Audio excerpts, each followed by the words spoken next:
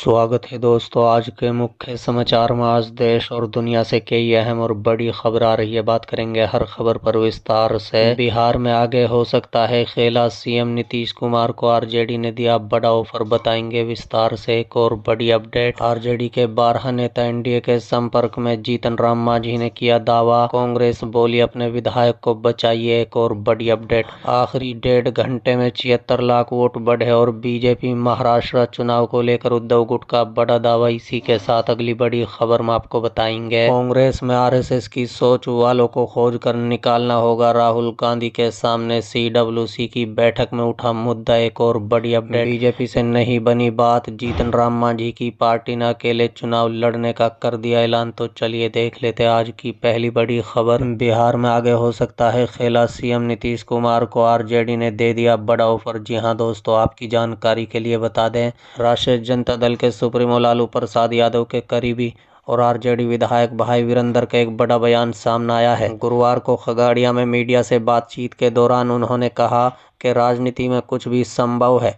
राजनीति में न कोई परमानेंट दोस्त होता है, न ही दुश्मन होता है। उनसे सवाल किया गया कि क्या बिहार में खेला हो सकता है। इस पर भाई वीरेंद्र ने कहा है कि बिहार में खेला हुआ है और आगे भी हो सकता है। राजनीति परिस्थितियों का खेल है, जब जैसी परिस्थिति आएगी वैसा काम किया जाएगा। आरजेडी विधायक ने आगे कहा है, अगर वो यानी नीतीश कुमार सांप्रदायिक ताकतों को छोड़ कर आते हैं और उनका भी अगर मन भर चुका है तो सांप्रदायिक शक्तियों के साथ रहकर देशद्रोहियों के साथ रहने की अब इच्छा नहीं हो तो निश्चित रूप से हम उनका स्वागत करेंगे। बता दें कि एनडीए के अंदर खींचातान की अटकलों के बीच आरजेडी विधायक के इस बयान ने बिहार की सियासी सरगर्मियों को बढ़ा दिया है। प्रदेश के उप मुख्यमंत्री विजय कुमार सिन्हा ने कहा है, सीएम नीतीश कुमार के नेतृत्व में बिहार में सुशासन की सरकार है, जिससे बिहार में विकास हो रहा है।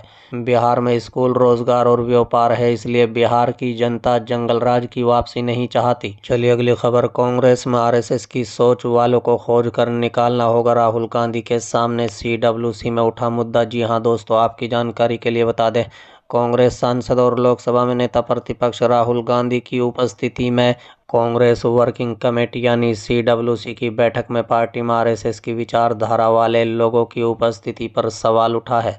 बता दें कि सीडब्ल्यूसी में एक नेता ने राहुल गांधी को संबोधित करते हुए कहा कि हमारे अंदर यानी हमारी पार्टी में जो आरएसएस की सोच वाले हैं, पहले उनको खोज कर निकालना पड़ेगा। बता दें कि बेलगावी में सीडब्ल्यूसी की नव सत्याग्रह बैठक नाम से ये बृहस्पतिवार को बैठक शुरू हुई।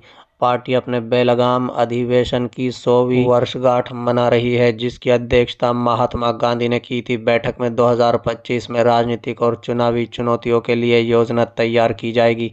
सीडब्ल्यूसी के सूत्रों का कहना है कि बैठक में यह निर्णय किया गया है कि बीजेपी की धर्म की राजनीति को काउंटर करने के लिए तेलंगाना के तर्ज पर कांग्रेस को अपने द्वारा शासित हर राज्य में जाति जनगणना करवानी चाहिए, इस बड़े पैमाने पर उठाना चाहिए। राहुल गांधी ने महाराष्ट्र विधानसभा चुनाव को लेकर सवाल उठाए। उन्होंने कहा है कि महाराष्ट्र की 118 सीटों पर वोटर जोड़े गए, जिसमें 102 बीजेपी जीती। इन सीटों पर 72 लाख वोटर जोड़े गए।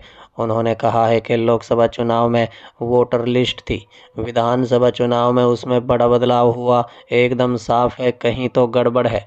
वहीं गौरव गोगोई ने कहा है कि राहुल गांधी को भारत जोड़ो यात्रा की तरह ही जिला स्तर पर जाकर लोग और कार्यकर्ताओं से मिलना होगा। हम लोग राहुल गांधी से मिल तो लेते संसद में बैठकों में, लेकिन आम कार्यक्रम में नहीं मिल पाते हैं। गुरुवार को कर्नाटक बेलगावी में कांग्रेस कार्य समिति की बैठक शुरू हुई।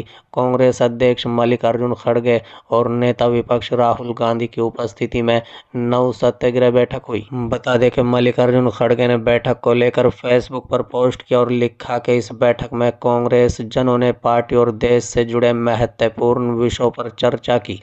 हम साथ मिलकर बापू की विचारधारा और आदर्शों के जन जन तक पहुंचाएंगे और नफरत की राजनीति को सत्य और अहिंसा से हराएंगे। चलिए अगली खबर, आखिरी 1.5 घंटे में 76 लाख वोट बढ़े और बीजेपी महाराष्ट्र चुनाव को लेकर उद्धव गुट का बड़ा दावा। जी हां दोस्तों, आपकी जानकारी के लिए बता दें, महाराष्ट्र विधानसभा चुनाव को लेकर शिवसेना यूबीटी ने अपने मुख्य पत्र सामना के जरिए प्रधानमंत्री नरेंद्र मोदी और एनडीए सरकार को घेरा है। सामना के संपादकीय में लिखा गया है कि महाराष्ट्र में विधानसभा चुनाव का आखिरी चरण में 76 लाख वोट बढ़े। साथ ही लिखा कि जिसकी लाठी उसकी भैंस के तर्ज पर हमारा लोकतंत्र चल रहा है। भारत का चुनाव आयोग लाठी है और ये लाठी फिलहाल मोदी और अमित शाह के हाथ में है, इसलिए लोकतंत्र की भैंस उनकी है। सामना के मुताबिक इस बात का क्या रहस्य है कि आखिरी 1.5 घंटे में 76 लाख वोट बढ़ जाते हैं, वोटिंग फीसदी बढ़ जाती है और इससे अचानक बढ़े फीसदी पर बीजेपी और उनके साथी दल